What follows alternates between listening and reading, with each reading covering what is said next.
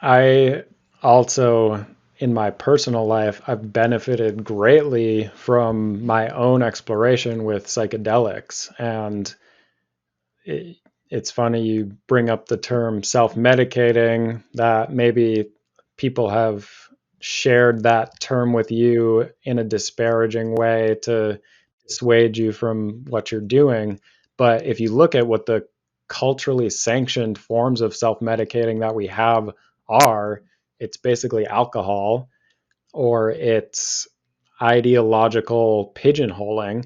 And these are ways that we actually divorce ourselves from our true humanness, whereas the psychedelics bring us into contact with our true humanness. They remind us who we are, what we're doing here, what is meaningful, what's purposeful, and that we all share in a shared experience.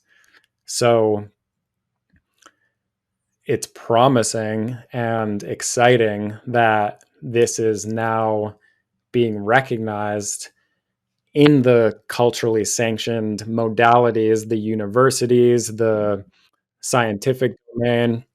It's being recognized and promoted and shown to have tremendous efficacy for things like depression, for things like PTSD, anxiety, end of life anxiety, all of these things that people are tremendously struggling with. So for me, it was my personal journey of experimentation.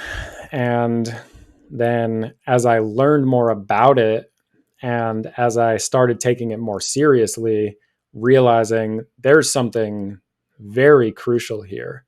And it holds potential for a lot of healing, a lot of release, a lot of transcendence of these cultural patterns that are keeping us in these depressed, stuck places. And so, with that, I wanted to integrate myself with this psychedelic renaissance that's happening and be of service in a way that I knew I could be well, which is helping people to adequately, safely prepare for having these experiences and make sense of them, bring the gold out of the cave from their experiences so that they don't remain trapped in the same unhelpful patterns that we all get stuck in.